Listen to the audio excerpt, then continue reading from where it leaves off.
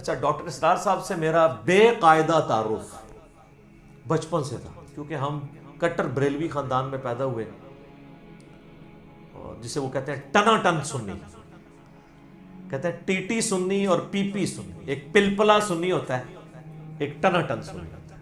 خیر اسی تے ٹنا ٹن بھی پلپلے کر دیتے ہیں اللہ دے فضل نال، علمی دلائل نال۔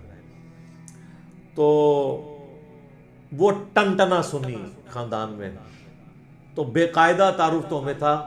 ہم سے کوئی پوچھتا بھی تھا نا ڈاکٹر اسرار صاحب کے بارے میں، تو ہم کہتے تھے وہ نعوذ باللہ ایک مودودی تھا اور یہ اسی کا ایک گمراہ شاگرد۔ نہ ان کی شکل دیکھی ہوئی، نہ ان کی کوئی ویڈیو دیکھی ہوئی، نہ کوئی کتاب پڑھی ہوئی، کچھ نہیں پتا، بس صرف سن سنا کے سننی، یعنی ٹننی، پڑھ پڑھا کے سننی نہیں۔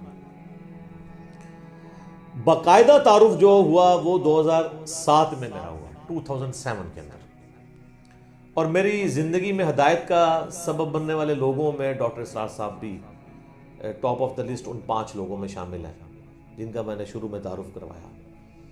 غلام سود سعیدی صاحب، پیر نصیر الدین نصیر صاحب، شیخ زبیر لیزئی صاحب، مولانا اسحاق صاحب اور ڈاکٹر اسرار صاحب، سارے دیکھ لیں دنیا سے جا چکے ہیں، رحمہم اللہ اجمعین، آمین۔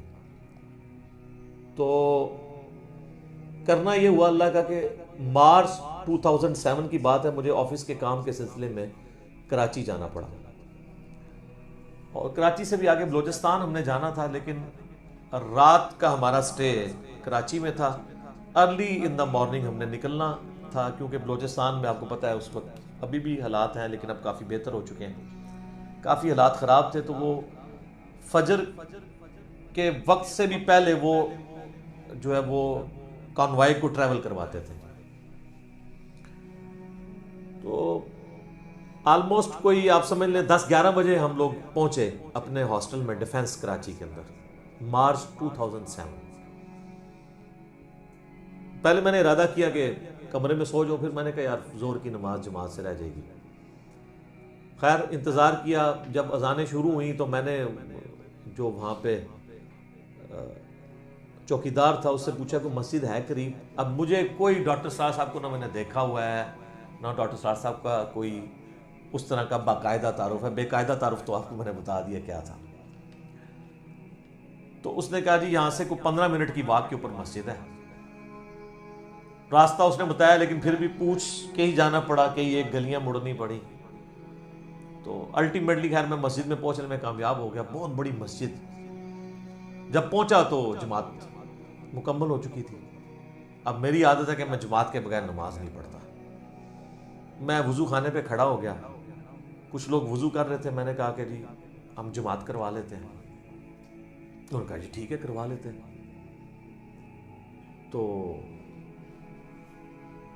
جماعت کے ساتھ نماز پڑھی۔ بعد میں سوچنا شروع ہو گیا کہ یہ کسی مولوی نے آ کے ڈانٹا نہیں ہے، تو لگتا ہے یہ بریلویوں کی مسجد ہے یا اہل حدیث کی ہے، کیونکہ دیوبندیوں نے تو ایک اپنا خود ساختہ فارمولہ بنایا ہوا ہے۔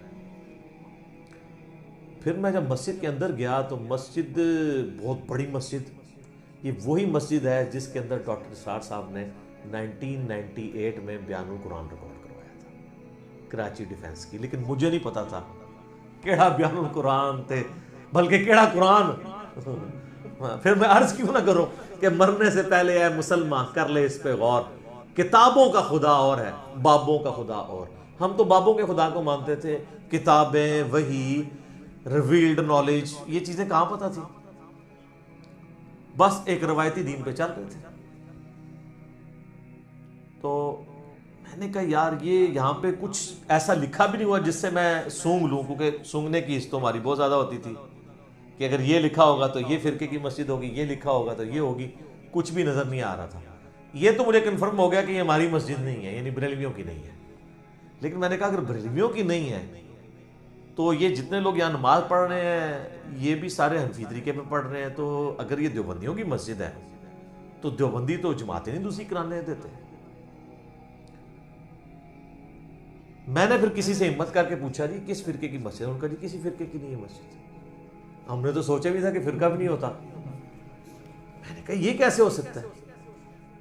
تو انہوں نے کہا نہیں یہ قرآن اکیڈمی ہے، ادھر کوئی بھی آ کے نماز پڑھ سکتا ہے، کوئی ایسا مسئلہ نہیں۔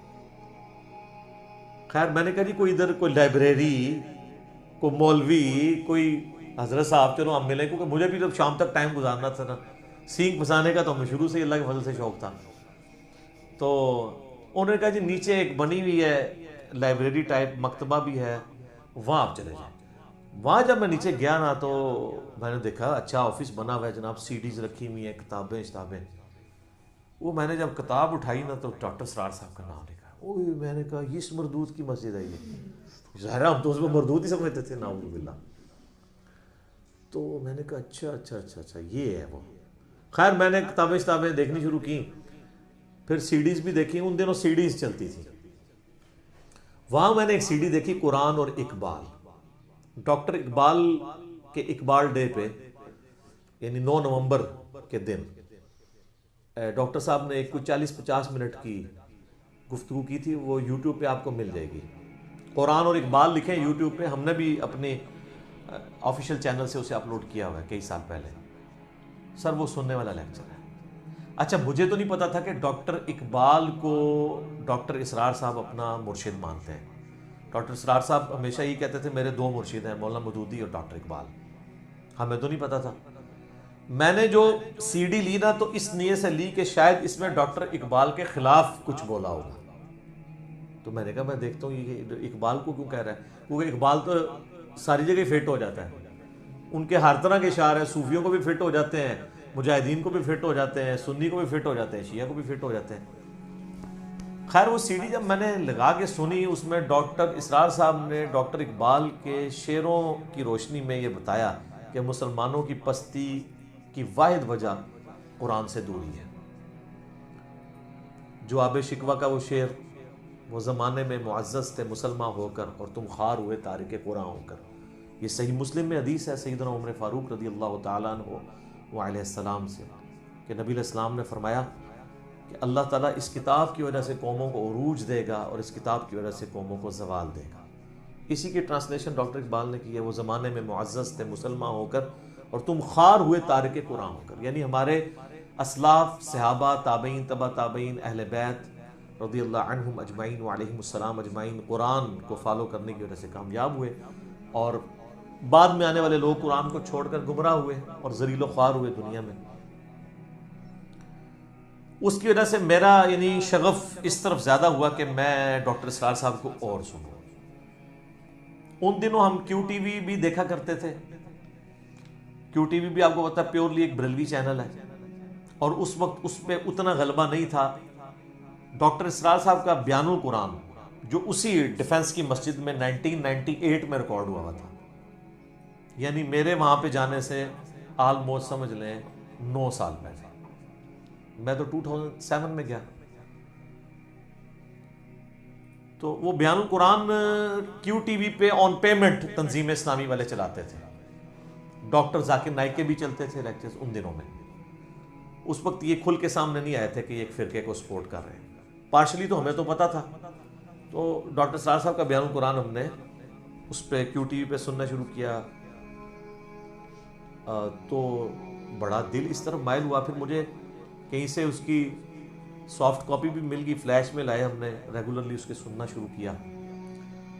2007 میں ہی قرآن ترجمے سے پڑھنا شروع کر دیا تھا. کافی زیادہ دماغ جو ہے کھلنا شروع ہو گیا. لیکن بیان القرآن کی وجہ سے اللہ تعالیٰ نے یعنی ایک قرآن سمجھایا. ڈاکٹر اسرار صاحب کی یہ تو خوبی تھی، ان کی سپیکنگ کا سٹائل اور باقیوں میں زمین آسمان کا فرق ہے.